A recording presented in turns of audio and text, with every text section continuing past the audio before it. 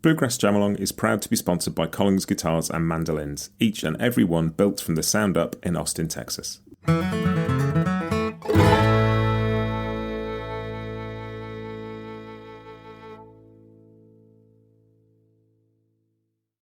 this is Matt, and you're listening to Bluegrass Jam Along, the podcast for anyone and everyone who loves bluegrass.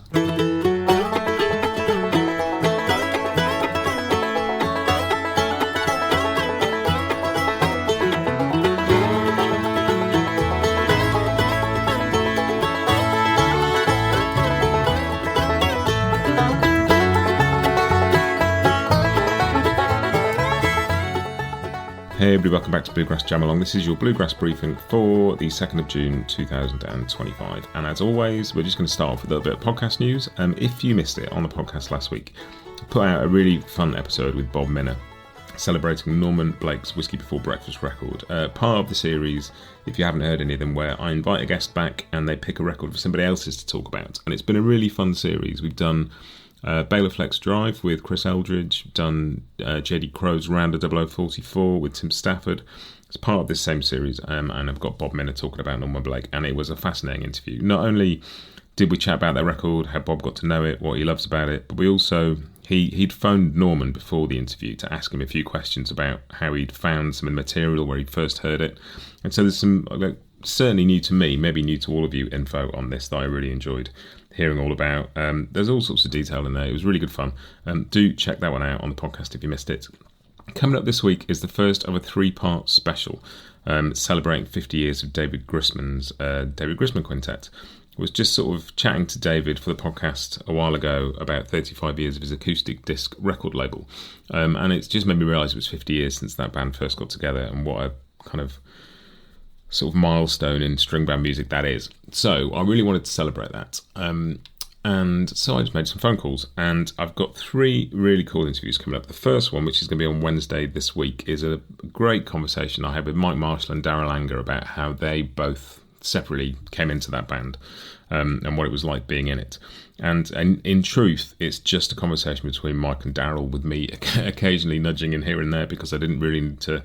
They're just reminiscing and chatting to each other and asking and answering each other's questions, and talking about being on that band, talking about how Grisman first met Tony, talking about how the sort of bass role changed in that band, and lineup sort of solidified. It's really fascinating conversation, and that is coming your way on Wednesday. After that, I've also recorded an interview with Todd Phillips, who played second mandolin in that band and then switched to bass. Mike Marshall came in on second mandolin.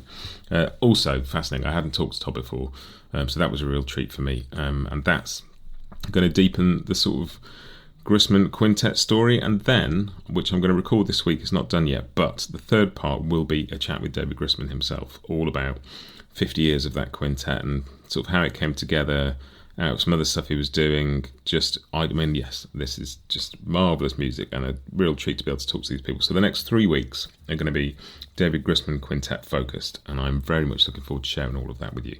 I hope you'll enjoy it. It's been a lot of fun to do so far, and there's still some to come. I'm also lining up some great stuff further down the line. There's lots of interesting content coming up, so stick around. That is it for podcast news. Let's crack on with the news and announcements, which is the section called Church Street News.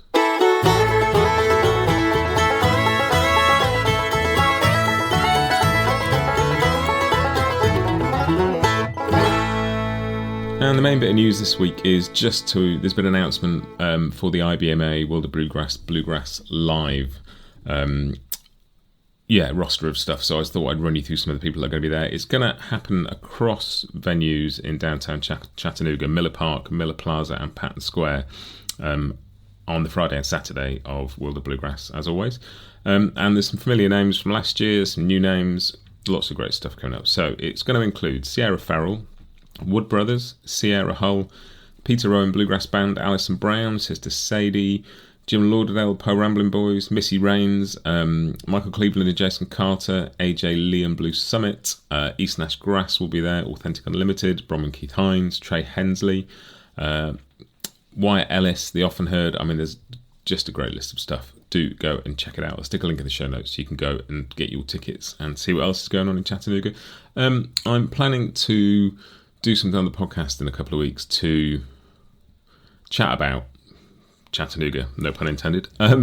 Because as you know, to talk to a couple of people from IBMA about the sort of shift from Raleigh to Chattanooga, the reasons behind that, what you can expect, the cool stuff that's coming up. Just thought that'd be interesting. So that'll be coming on the podcast in the next few weeks as well. That is it for news and announcements this week. There are some new releases, so let's do The Grass is New.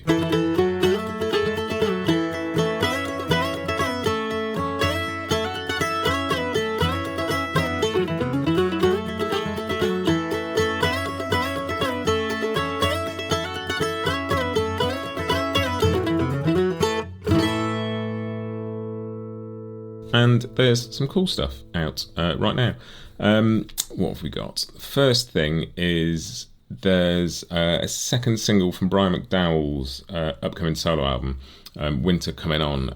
Features Brian on fiddle and lead vocals, Bronwyn Keith Hines on second fiddle, Corey Walker on banjo, Jared Walker on mandolin, Jake Stargell on guitar, and Jeff Parton on bass and tenor vocals. But listen to that, it's great. I've stuck it in the playlist, go and have a listen.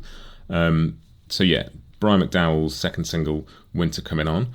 And then there are some great albums out as well. I've been talking about this one a little bit on the podcast already. She's had some singles out, but the full album from Shelby Means is now out, and that is also great. Perfect time for her to release a solo record, really. I know this has been in the works for a while, but Molly Tuttle has just announced A New Direction, and Golden Highway are disbanding, so perfect timing for Shelby to start her solo career in earnest. It's a really cool record.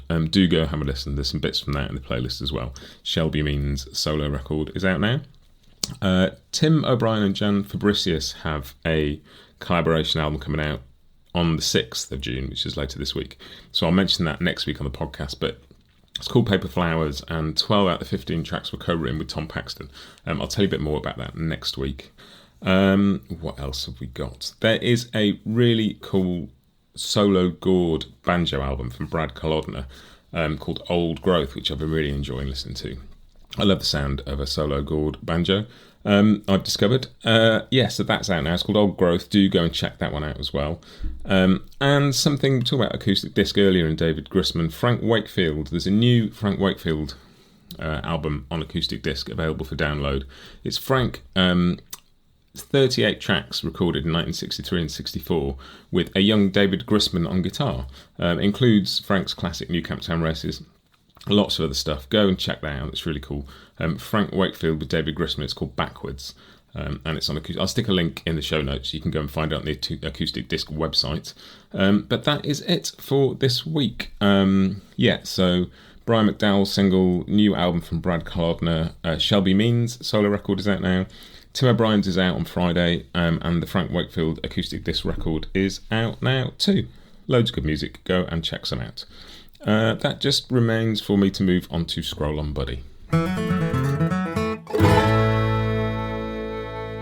And Scroll On Buddy is the bit where I've seen something on social media and just wanted to share it. And in this one, it's just some stuff I've been you can kind of watch things on social media these days, and I've enjoyed watching people's posts from Bryan Sutton's Blue Ridge Guitar Camp, as always.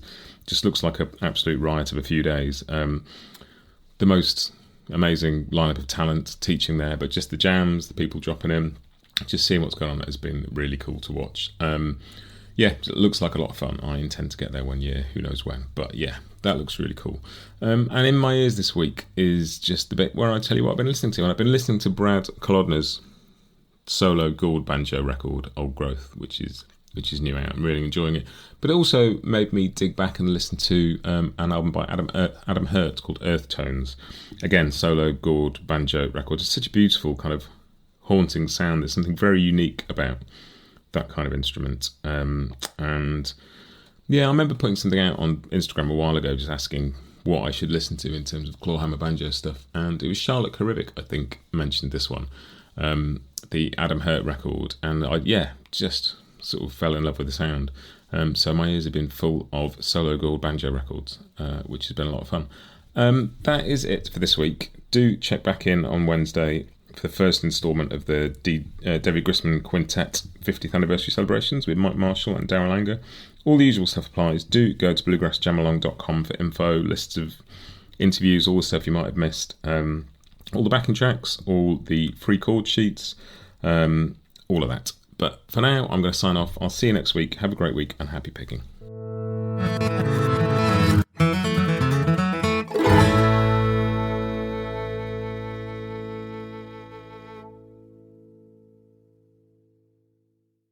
Bluegrass Jam Along is proud to be sponsored by Collins Guitars and Mandolins, each and every one built from the sound up in Austin, Texas.